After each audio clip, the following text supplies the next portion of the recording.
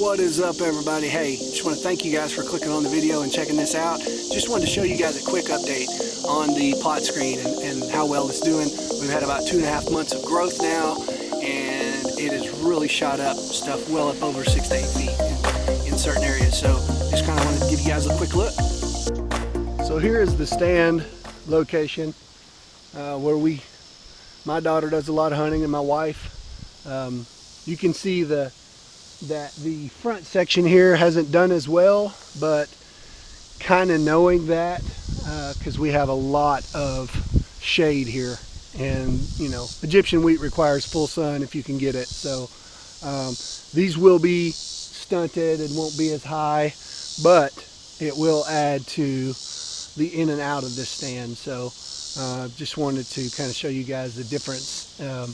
Full sun down there and partial sun here with, you know, half of a day of shade. So this is kind of expected. I still do like to come in here and plant this just for the little bit of extra screening that it does give. So, you know, this, I've got stuff that's as you can see back in there, it's well over 10 feet in height. Overall, most of it is about that 5 to 6 foot height right now. Today is August 1st. So like I said, we do have another month to month and a half of growing to do. So I think it's going to do really well. I'm pleased with the way things have turned out. I do have some areas down on the lower end that I'll show you that, you know, are behind this. And in my other videos, I think I talked about how this upper section just did really, really well. And it has continued to do well. So the lower sections are catching up. I will take a quick look and show you the Miscanthus planting. Kind of show you the progress on that. All right, so here is the Miscanthus planting. You know, you can kind of see the height of this. You know, first year ever planting it, it's done pretty well. I don't have any plants that's actually died. We do have some brown coming in on some of the plants, but overall pretty happy with it. We got about 5 foot growth, 4 to 5 feet, and this is the first year. So they say that this will just continue to get thicker and continue to grow. So pretty pleased with it. There are, you know, we do have some weeds that have competed with it, but I think that's just part of it. These are a legume planted, so I really think they'll be fine even with the competition. But overall, pretty happy with it. Really want to see what it's going to bring next year and how thick it gets. And so pretty pleased at this point, but just kind of want to show you guys where it's coming, how it's going, how it's doing, whatever. So as you can see, guys, this is really doing well. We got really good height here, 8 feet. But I did want to show you on the lower section down here, just kind of a FYI for you guys. You can see the height difference going down as we get closer here. And you'll notice I got a big tree right there that casts shade. And you'll see that I've kind of lost, you know, quite a bit of growth. It is growing and it's coming up, and it'll probably come up to that, you know, 5 to 6 foot, maybe a little taller mark in this area. But due to that big tree right there, not only is it partially shading this out, but it's also pulling any kind of moisture and nutrients to the tree. So just kind of a heads up on that. Again, I've planted in the same place every year, so I kind of had a pretty good idea of what I was going to get. But still like to go ahead and plant here even with the limited growth. It's better than just kind of leaving it. But as you can see, as we get past the tree, we get back into the height that we're looking for, you know, in the overall thickness and everything that we want for screening. So kind of what I expected, but just kind of want to show you guys what it does do if you plant next to a really mature big tree. So I wanted to show you guys just on the other side of this screening here, we actually got deer beds where they'll come in and actually bed, and they're hid.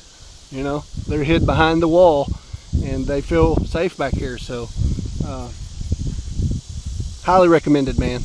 Definitely something I think that should be done. You'll see my food plot in the background. It's got a bunch of these purple flowers in it. It's just the clover field. I do not mow in the summer because you don't want to mow your clover in the summer when it's hot and dry, because it will kill it. So I kind of let this, it's some kind of weed that grows up in here and turns this whole thing into a purple, you know, flower patch, I guess. But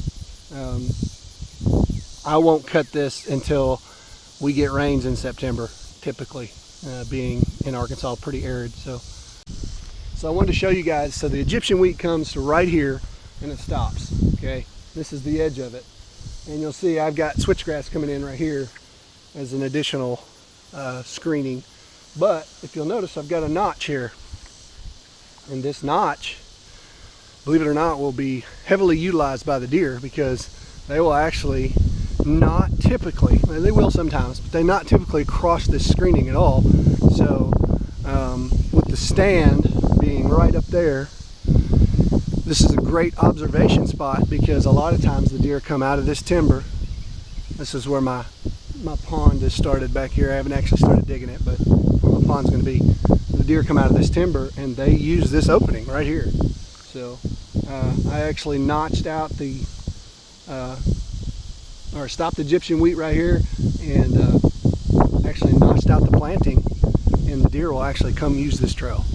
Another tip, guys, is I like to leave, you know, one limb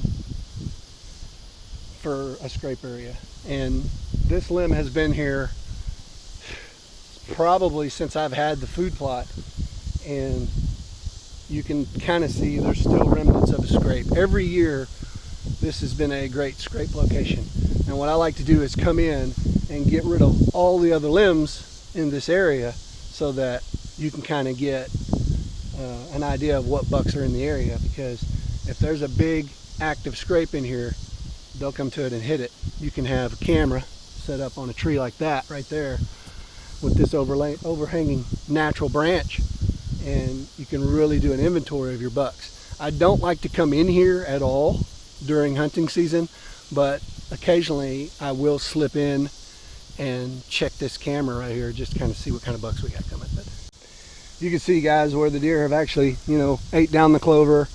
I don't get too concerned about weeds in the heat of the summer, because they actually help protect the clover. The clover, if it's just pure clover, and you know, we're obviously right here in full sun. It, you know, in Arkansas's warm temperatures and dryness, it can burn it up. So I've only had clover die out a couple times in about 20 years, but it can happen. And typically, if that does happen, you have to replant in the fall. You want to plant clover in the fall, not in the spring. There's so much competition in the spring plantings with weeds that it's, you know, you can establish clover, but it's just going to be weedy and you have to do a whole lot of spraying. If you plant in the fall, you know, by the time spring rolls around, the clover root system has established good enough that you've got a really good stand of clover. So that's why you'll see a lot of my videos from here. But it's really cool because I've learned a lot from just trying different things, failing, not doing something right, you know, not using the right fertilizer, to fertilizing too much, to not enough, yada yada yada. All the mistakes, you know, you learn over time. And you know, so I want to become a better hunter, and you know, this is primarily for my kids and my wife. And you know, not that I don't hunt it, I do hunt it some, but it's just right here close to home. It's something that I could come check. I have an addiction to thinking of deer, whitetail deer, almost every day of my life. So it gives me an outlet to come out and experiment and try things. And you know, I realize, guys, that everybody doesn't have a bunch of land, and I don't have a bunch of land. It's a small tract, but whatever you got, man, wherever your situation is, if you can go out and try to make that better, and think about how, you know, you can outsmart one of those whitetail bucks, it's all the worth it. You know, it makes me want to change professions and be a farmer, but I may not be any good at that. So But anyway, I just kind of want to show you guys. And then on the food plot itself, like I said, this is all clover. Of course, I've got some grass growed up in it and stuff, which is okay in the summer. I don't mind that. It's not as big of a deal to me. I like a really clean plot in the spring, and I like a really clean plot in the fall. So, but I do plan this year to actually take some of this out and add more annual for more of a draw. If you've watched any of my videos, I like to plant winter wheat. It's easy, it's cheap. I like to plant clover, obviously. I have a section here of clover. I have a section here of clover. And then even around bases of my trees, I have clover. But what I'm going to do this year is I'm actually going to add in more annuals, like winter wheat. I think I'm going to do some heavier peas this year. May try some oats. I haven't had a ton of luck with oats, but you know, oats are great until you get that first good freeze, and then they'll turn, and they're not, you know, they're not as attractive. But you know, I like trying different things in here, but I think I'm going to cut down on my clover field size a little bit and actually, you know, try some more annuals with it to see if I've got some more attractiveness.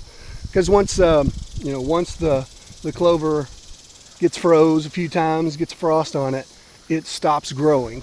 You know, it stays green, but it stops growing, and it's not as attractive. So I may push into some other things to try to raise the attractiveness for that later in the season.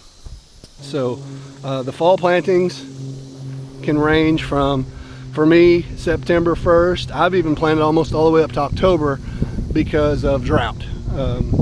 So you kind of plan, you know, I like to use about a 2-week window, but I've used a month of a window. But you know, I like to use that September 1st to the middle of September as my planting dates.